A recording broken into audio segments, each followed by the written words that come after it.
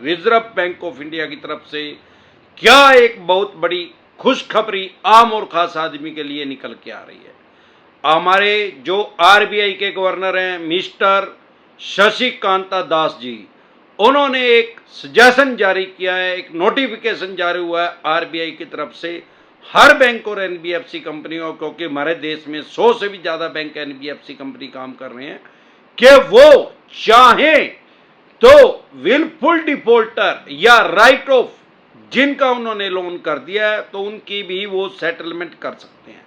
सबसे पहले तो राइट ऑफ का मतलब समझे। राइट ऑफ का मतलब है जब बैंक या एनबीएफसी कंपनी थक जाते हैं, पैसा उनको ऐसा लगता है कि नहीं मिलेगा, साम दाम दंड भेद सारे तरीके यूज कर लिए, तो उसको राइट ऑफ कर देते हैं। मतलब अपने लेजर में से, अकाउंट में से, बही खाते में से, पोर्टफोलियो में से डिलीट कर देते हैं। बैंकिंग की भाषा में उसको बोलते हैं बट्टा खाता।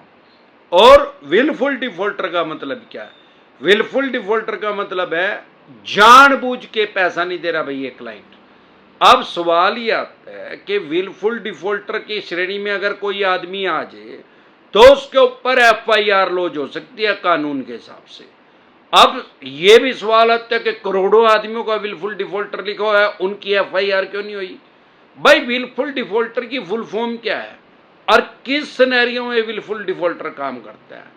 भाई अगर आप ओडी Q7 टॉप मॉडल लेके घूम रहे हैं और आपने किसी बैंक एनबीएफसी कंपनी के 2-3 लाख रुपए देने हैं, आप वो दे नहीं रहे, और वो जो ओडी Q7 टॉप मॉडल है वो आपके नाम है और आपने उस पर लोन भी नहीं ले रखा है, या किसी बैंक एनबीएफसी कंपनी के आपने 2-4-5 लाख रुपए देने हैं, या किसी बैंक में आपके नाम कोई एफडी पड़ी है 1 करोड़ की, 50 लाख की, 2 करोड़ की, और आप उनका पैसा नहीं दे रहे हैं, तो ये आप आ जाओगे विलफुल डिफॉल्टर। मतलब इस आदमी की इंटेंशन ही गलत है, मतलब इसकी चिटिंग की इंटेंशन थी, मतलब इसकी ठगी की नियत थी, इसकी नियत ही खराब थी। लोन लेने से पहले ही इसकी नियत खराब थी, भाई मैं पैसे ले लूंगा वापसी देने का। ये अगर इंटेंशन प्रूफ हो जाती है तो आपकी एफआईआर लॉन्च हो सकती है, आपका पर्चा दर्ज हो सकता है 420 में, 420 में। अब सवाल ये आता है कि बहुत से लाखों करोड़ों आदमियों के विलफुल डिफॉल्टर लिखा हुआ है तो उनका पर्चा क्यों नहीं दर्ज हो रहा है? अरे भाई हमारे देश का कानून ये कहता है प्रूफ मांगता है, गवाह मांगता है, तब जाके वो कंसीडर होगा उसमें। ऐसे तो कोई हो किसी के ऊपर 420 दर्ज करवा देगा यार, ऐसे नहीं हो सकती। अब इन्होंने लिख दिया सिविल जरूर खराब हो गया उससे। अगर ये एफआईआर लॉन्च करवाने के लिए जाएं तो इनको उस बात का प्रूफ देना पड़ेगा कि हाँ इसके नाम 2 करोड़ रुपए है, हमारे 2 लाख रुपए नहीं दे रहा, हाँ इस आदमी के नाम Q7 ओडी है टॉप मॉडल और ये हमारे पैसे नहीं दे रहा, तब वो विलफुल डिफॉल्टर की श्रेणी में आएगा, तब पुलिस उसकी एफआईआर लॉन्च करेगी, उसके बाद उसके ऊपर केस चलेगा। अब सवाल ये आता है कि 10,000 में से एक आदमी ऐसा होगा जो ऐसा काम कर रहा है, तो वो विलफुल डिफॉल्टर की श्रेणी में है ही नहीं, उसकी एफआईआर तो दर्ज हो ही नहीं सकती। हाँ विलफुल डिफॉल्टर इन्होंने लिख के जरूर भेज रखा है। अब जो आरबीआई की गाइडलाइंस आई है वो ये आई है कि अगर आप किसी बैंक एनबीएफसी कंपनी ने किसी आदमी का विलफुल डिफॉल्टर या राइट ऑफ लिख के भेज दिया तो चाहे तो उसको भी सेटलमेंट कर सकते हैं।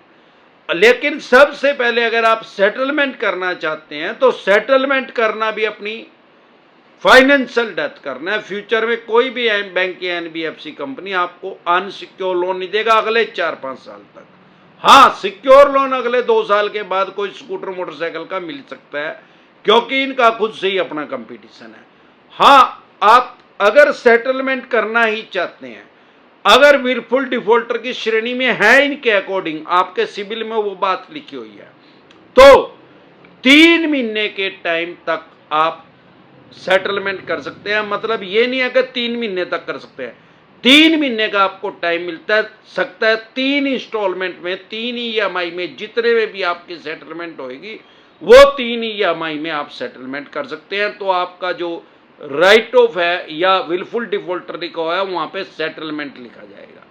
अगर 3 से भी ज्यादा ईएमआई में आप सेटलमेंट करेंगे तो वहां पे आपका रिस्ट्रक्चर लिखा जाएगा। ये आरबीआई की गाइडलाइंस है। लेकिन मेरा सुझाव ये है, मेरी सजेशन आपको ये है कि कभी भी ईएमआई में सेटलमेंट ना करें, जिसको बैंकिंग की भाषा में रेगुलर सेटलमेंट बोलते हैं। ओटीएस करें, वन टाइम सेटलमेंट करें, जब भी करें। आज नहीं पैसे हैं, 6 महीने बाद कर लें, 1 साल बाद कर लें, जब भी करें ओटीएस करें। क्यों? उसके पीछे बहुत बड़ा कारण है। अगर आपने 3 ईएमआई में सेटलमेंट कर ली और 2 ईएमआई आपने टाइम पे दे दी, भगवान ना करे तीसरी एक दिन भी अगर लेट होगी तो उसको ले तो लेंगे, लेकिन सेटलमेंट लेटर को कैंसिल कर देंगे। कहेंगे भाई जो टर्म कंडीशन थी वो आपने फुलफिल नहीं करी, मानी नहीं, और उसको सेटलमेंट को कैंसिल कर देंगे। वो फिर फुलफिल डिफॉल्टर लिखा रहेगा उसमें, तो मरो ऐसा फिर गले में गला रहेगा। और विलफुल डिफॉल्टर हटके अगर सेटलमेंट लिखा भी गया तो भी वो फाइनेंशियल डेथ ही है एक किस्म की। तो इन बातों को मद्देनजर रखते हुए जब भी सेटलमेंट करें, सेटलमेंट डिसेंटेड वाई लिख के वीडियो देख लें, आपके साथ कोई फ्रॉड नहीं हो सकता। सिर्फ 2 तरह के नोटिस को कभी भी अवॉइड ना करें। 138 जिसको सामान्य बोलचाल की भाषा में चेक बाउंस बोलते हैं, अगर आप इसको इग्नोर नहीं कर रहे तो बेलेबल ऑफेंस है, जमानती अपराध है। सेम डे जमानत हो जाती है, बाय एंड जमानत हो जाती है।